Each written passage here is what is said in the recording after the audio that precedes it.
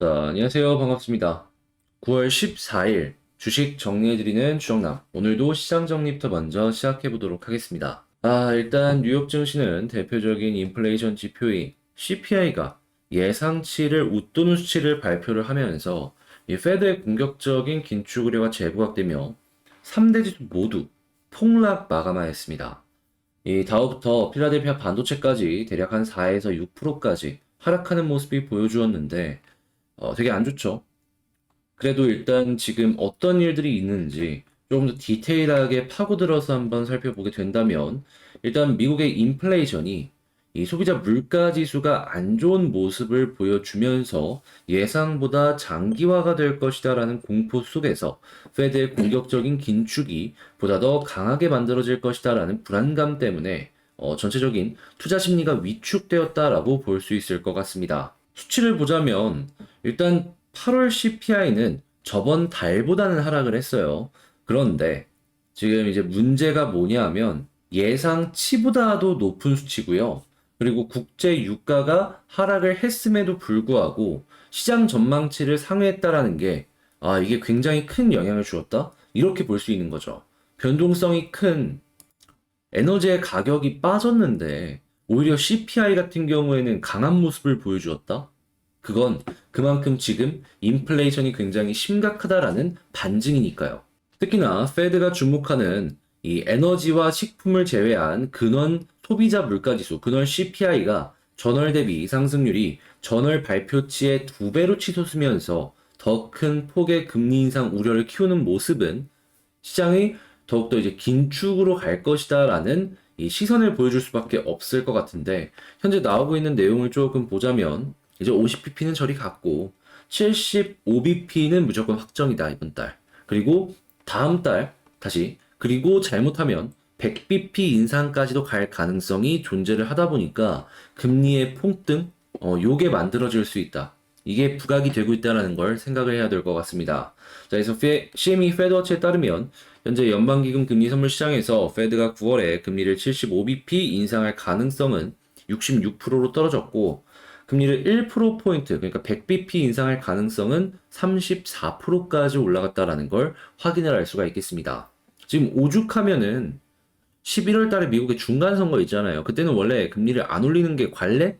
막 이런 거거든요. 그런데 그때도 75bp를 인상을 해야 되는 것이 아니냐라는 얘기가 솔솔 피어오르고 있다라고 해요. 자, 그렇다라는 건 그만큼 지금 굉장히 안 좋게 지표가 나왔다.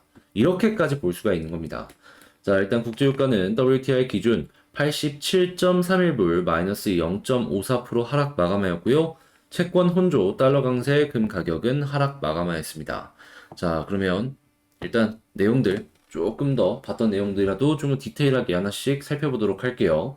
일단 가장 먼저 우리가 지금 그렇게 짜증난다라고 얘기하면서 너무 높게 나왔다라고 볼 수 있는 CPI 같은 경우에는 전년비 8.3% 증가하면서 월가의 예상보다 가파른 상승이 보여졌고요. 자, 그리고 전문가들 75bp 인상은 확실한데 이제는 아예 100bp까지 이야기가 나오기 시작을 했다. 그리고 외부의 시선은 연준 인플레 억제를 위해서 브레이크, 그러니까 금리 인상을 계속 해야 된다라는 이야기를 계속 하는 걸 확인을 할 수가 있습니다. 근데 이게 미국 입장에선 버틸 수 있어요. 근데 한국 입장에선 이게 머리가 되게 아픈 게 뭐냐면, 일단 지금 한국은행 총재 이야기하는 거 보면 25bp씩 인상을 하면서 버텨나가겠다, 결국 맞춰나가겠다라고 이야기를 하고 있는데 100bp면 차이가 너무 많이 벌어지는 거잖아요. 그러면 이미 뭐 금리 역전은 일어났고 이게 더욱더 이제 갭이 커지는 모습을 보여주게 될 텐데, 자, 그러면 강달러가 계속될 겁니다. 그럼 강달러가 계속되었을 때 이 원달러 환율이 우리가 최근 보는 고점 그 이상까지 올라갈 수가 있는 것이고, 외국인들은 이 금융시장에서 그냥 가만히 한국 쪽에 투자만 하더라도 환차손이 발생을 하기 때문에 가만히만 있어도 손실이 생겨 리스크 관리 차원에서 외국인의 매도가 만들어질 가능성이 높은 상황이다. 미국 조금 빠지고 끝나는 거 한국은 대폭락으로까지 연결이 될 가능성이 지금 굉장히 크게 보여지고 있다라는 것이죠. 그래서 이러한 주식시장뿐만 아니라 비트코인 같은 이런 그 가상 화폐 이쪽의 시장 역시도 유동성의 영향을 많이 받아가지고 이렇게 하락하는 모습이 보여주었다라고 볼 수 있을 것 같고요. 자, 거기다가 이제 유럽의 경기 침체나 아니면 이 신흥국들의 달러가 없는 모습? 그러니까 IMF가 이제 살그머니 다시금 이제 떠오를 것 같은데 이런 모습은 전 세계의 경기 침체에 굉장히 큰 영향을 줄 것이다라고 볼 수가 있을 것 같습니다. 자, 그리고 지금 식품도 다시 한번 꿈틀꿈틀할 가능성이 존재를 하고 있거든요. 이게 뭔 소리냐? 대두가 단순하게 콩이 아니라 뭐 식용유나 이런 데도 쓰이겠지만 사료에도 되게 많이 씁니다. 특히나 중국 같은 경우에는 이 대두를 사료 때문에 엄청나게 수입을 해와요. 그런데 생산량 전망치가 미국이 올해 업황이 괜찮을 거라고 얘기를 했는데 하향된다? 근데 우크라이나 러시아 전쟁 아직 안 끝났는데 사용량은 계속해서 높은 수치인데 생산량은 아래다? 와, 식품 다시 한번 올라갈 수 있겠는데? 요 얘기 또 나올 수 있는 겁니다. 지금 변수가 계속 나오면서 올해는 진짜 쉽지 않은 시장이 될 수 있다. 요게 지금 보여지고 있어요. 그래서 여러분들도 지금 상황에는 뭘 하려고 하면 안 되지 않나 생각을 합니다. 자, 그리고 푸틴, 시진핑 정상회담에서 우크라이나, 대만 등 현의를 논의한다. 뭐 이런 얘기를 하면서 이 반서반 진영이 이 뭉치는 모습도 보여주고 있다 보니까 이제 다극체제로 가고 있어요. 전 세계 국제 정치가. 그리고 여기에 천연가스 1, 2등을 다투는 이란이 러시아 쪽에 드론을 납품을 했다라는 이러한 모습까지도 확실하게 보여지고 있다 보니까 이란의 국제 정치 복귀가 다시 한번 또 연기가 되는 것이 아닌가 이런 생각을 들게 만들고 있고요. 과거라면 지금 금리 하나만 보면 됐던 수준이었다면 지금은 다시 또 한번 식품에다가 에너지까지 다시 한번 생각을 해야 되는 상황이 왔기 때문에 너무 머리가 아프다. 그래서 이런 쪽의 테마를 갖고 있는 친구를 매수하는 거라면 뭐 나쁘진 않겠지만 그 이상 뭐 그냥 시장에 영향을 많이 받는 종목을 매수를 한다. 말리고 싶습니다. 뭐 하지 말라고 제가 강요할 수 있는 그런 위치는 아니기 때문에 뭐라고 말씀 못 드리겠는데, 근데 말리고 싶네요. 일단 쏟아지는 소나기는 좀 피해야 되지 않겠습니까? 자, 그래서 여기까지가 현재 시장의 상황이다라고 정리를 해볼 수가 있고, 이거 말고 각 기업들에서 지금 얘기 나오고 있는 것들을 좀 살펴보자면, 페베터리 같은 경우는 요즘 핫했죠? 자, 그래서 이제 현대차 그룹 역시 손을 뻗는다라고 하는데, 이쪽은 투자가 계속 될 겁니다. 자, 그래가지고, 일단 지금은 다 같이 오르는데, 나중엔 축정기가 걸릴 것이다라고 보여지니까, 너무 장기적으로 지금 여기에서 한 종목에 몰빵은 좀 아닌 것 같고, 만약에 장기 투자를 한다면 저는 관련 기술을 갖고 있는 기업 여러 군데에 골고루 투자해서 뭐 하나 터지더라도 다른 것들의 손실을 만회할 수 있는 이러한 움직임이 보여지는 그런 걸 이제 전략을 좀 짜나가면 좋을 것 같고요. 자, 그 다음에 미국 첨단 반도체 중국 수출 강화에, 다시 중국 수출 통제 강화에 우회로도 차단한다라고 하니까 요거 한국에 어떤 영향을 미칠지 요것도 한번 보면 좋을 것 같습니다. 자, 그리고 지금 은행 쪽이 잘하면은 이제 은행 그 다시 그 이자 수익으로 엄청난 수익을 뽑아낼 수 있지 않을까 생각이 드는 가운데 지금 뭐 계속해서 이자가 올라가려고 하니까 정부에서 법정 최고금리를 낮춰라, 대출 원가 공개하라, 막 이런 얘기를 하고 있거든요.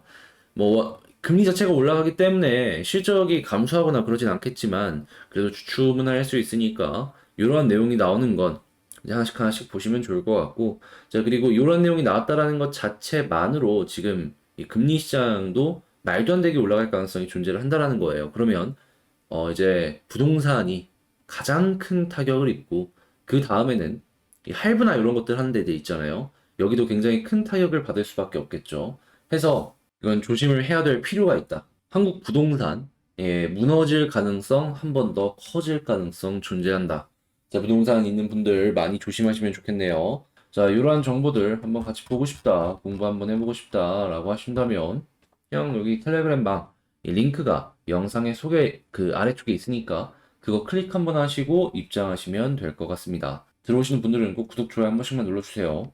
본 영상 개별 종목 보도록 하겠습니다.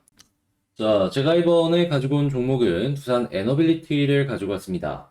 현재 에너빌리티 같은 경우에 시장 영향 때문에 오늘 좀 많이 빠졌다가 반등해주는 모습이 보여주고 있죠. 이 반등을 해주기 때문에 마지노선 이탈이 없어서 그나마 다행이다, 이렇게 생각을 해볼 수 있을 것 같은데요. 자, 현재 여기서 어떻게 보는 게 옳은 선택이다라고 할 수 있을지 지금부터 하나씩 살펴보도록 하겠습니다. 자, 일단 가장 먼저 최근에 나온 뉴스를 좀 보자면 지금 에너빌리티가 기존에 있는 사업의 속도를 내기 위해서 금리가 더 올라가기 전에 추가로 회사채를 발행을 하려는 움직임을 보여주고 있습니다. 금리가 계속해서 올라가는 상황이기 때문에 지금 이 타이밍에 이런 움직임을 보여준다? 나쁘지 않은 선택이다. 이렇게 평가를 할 수가 있는 것이죠. 최근에 현금이 그렇게 많다라고 하는 애플이나 이런 미국의 주요 기업들 역시도 꾸준하게 회사채를 발행을 해서 이걸 통해서 배당을 하든 뭘 하든 어떤 움직임을 보여주고 있잖아요. 우리 같은 경우에는 지금 에너빌리티의 이런 움직임은 나쁘지 않은 선택이다 정도로 평가를 해줄 수가 있는 겁니다. 가뜩이나 지금 시장에 현금이 말라가지고 회사채 발행하더라도 다 팔린다라는 보장도 없는데 이렇게 잘 팔린다면 이거는 그만큼의 믿음도 있는 상황이다라고 할 수가 있는 거니까요. 자, 그리고 이 IAEA에서 한전 바라카 원전 운영 안정성이 최고다라고 이야기를 하면서 지금 이 한국의 원전 시장이 굉장히 괜찮다라는 평가를 해주는 걸 확인을 할 수가 있습니다. 최근에 러시아와 우크라이나에서 전쟁을 하면서 이 원전을 한 가운데에 두고 대립을 하는 걸 생각을 해보았을 때 이 원전에 대한 이야기로 뭐 수주를 엄청나게 따낼 수 있다? 요건 아니더라도 그래도 긍정적인 내용 하나 더 추가해서 볼 수 있다. 이 정도로 생각을 하면서 지금 에너빌리티의 이러한 상황들은 스텝 바이 스텝을 되게 잘 밟아가고 있구나 정도로 생각을 해볼 수가 있을 것 같습니다. 자, 그런데 문제가 있다면 그런데도 오늘 빠졌다라는 거죠. 이유를 생각을 해보자면 최근에 있었던 블록딜 이슈가 지금 이 순간에도 이어지고 있는 걸 첫 번째로 꼽아볼 수 있을 것 같고, 자, 오늘 같은 경우에는 시장이 개판이었다. 예, CPI 안 좋게 나오면서 시장이 전체적으로 빠졌고, 그것 때문에 이 에너빌리티 역시도 빠졌다. 이렇게 보면 될 것 같은데요. 일단 반등을 해주는 코인들, 다시 반등을 해주는 주식들 보시면 아시겠지만은 좀 튼실한 것들은 괜찮은 모습 보여주고 있습니다. 에너빌리티 역시도 일단 만약에 반등을 한다라고 했을 때 481선 위로만 빠르게 올라가 준다면 큰 걱정 없이 볼 수가 있을 것 같아요. 자, 그러면 수급도 한번 볼게요. 일단 수급부터 한번 봤을 때 현재 위치에서 이 저점 매수세는 드디어 며칠 동안 매도 많았던 외국인이 들어왔다라는 걸 확인을 할 수가 있습니다. 자, 잘하면 여기가 반등의 시작점일 수도 있어요. 이렇게 다 빼고 개미들 다 죽여놓고 이 외국인이 사면서 여기서부터 반등을 할 가능성이 지금 계속해서 보여지고 있다라는 것이죠. 자, 그래가지고 이 수급 계속 이어진다? 아, 이건 기분 좋네요. 자, 계속해서 이제 빨간불 보여지게 된다면 추가적인 상승에 대한 흐름 기대해 보시면서 한번 보시면 좋을 것 같고, 지지라인은 현재 위치에서 여기 이전 저점 여기 이탈하는 그림만 안 보여지게 된다면 저는 홀딩하는 거 나쁘지 않다라고 봅니다. 물론 이탈하게 된다면 비중 조절을 해야 되겠지만요. 자, 그리고 나서 빠른 시간 내에 481선 위로 올라가고 지금 11선 많이 떨어지고 21선도 곧 있으면 확 떨어질 거거든요. 그랬을 때 일단 얘만 돌파하는 게 아니라 얘까지 돌파를 하고 나서 61선까지 같이 돌파를 해주는 가격적으로 한 19,200원 여기까지 가주는 모습을 보여주게 된다면 전 빠른 시간 내에 2만원 초반까지는 다시 올라갈 가능성이 존재를 한다라고 생각을 합니다. 왜 61선을 강조해서 말씀을 드리냐?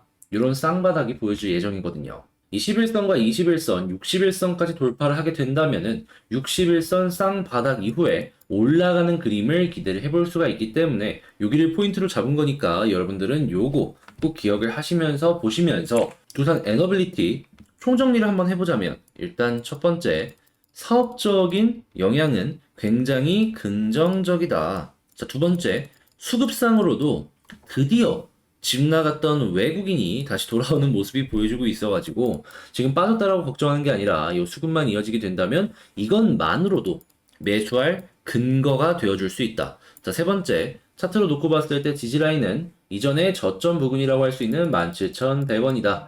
자, 그리고 네 번째 이 17,100원 위로 올라간다라고 했을 때 빠른 시간 내에 481선 위에서 움직인다면 일단 한숨 돌리시면 되고 그 다음으로 이 60일 그리고 10, 20 모두 돌파해주는 모습이 보여주게 된다면 빠른 시간 내에 2만원 초반 부근까지 올라가는 그림을 기대할 수 있겠다 라고 말씀드리면서 에너빌리티 마칠 수 있겠습니다. 자, 시장이 안 좋아요. 안 좋다 보니까 에너빌리티 역시 좋지 못한 모습이 최근에 계속 보여지는 것도 있었고 오늘도 그런 모습이 보여졌는데 그나마 희망을 발견을 했으니까 요거 보시면서 여러분들 저랑 같이 다음 스텝 차근차근 밟아가셨으면 좋겠고요. 자, 에너빌리티 여러분들께 도움이 되었다면 구독과 좋아요, 알림 설정 한 번씩 부탁을 드리면서 저는 다음에 더 좋은 영상으로 다시 찾아뵙도록 하겠습니다. 영상 끝까지 시청해주셔서 감사드리고요. 저는 주식 정리해드리는 주정남이었습니다. 감사합니다. 자, 현재 주정남의 멤버십 운영이 완전히 바뀐 상황으로 진행이 되고 있습니다. 자, 현재 코스피 코스닥 상황이 좋지 못하다 보니까 좋은 종목은 이 수급 쏠림 현상 때문에 계속 좋은 모습을 보여주고 있고, 그렇지 못한 기업들은 유동성 문제로 인해서 생각보다 좋지 못한 모습을 보여주고 있는데, 저 같은 경우에는 지금 당장은 유동성 문제로 인해서 아쉬운 모습을 보여줄 수는 있더라도 나중으로 조금 더 중장기적으로 놓고 봤을 때 수익 극대화할 수 있는 이러한 종목을 찾아보고 있는데요. 멤버십을 통해서 좋은 종목, 그리고 기업 선정, 그리고 리포트도 읽으면서 여러분들과 하나씩 분석을 하며 스윙 투자, 그러니까 장기적으로 놓고 봤을 때 좋은 수익을 볼 수 있는 컨셉으로 하나씩 멤버십을 운영하고 있으니까요. 이것들 여러분들 같이 해보고 싶다라고 생각하신다면 구독 옆에 가입하기 한 번씩 고려를 해주셨으면 좋겠네요.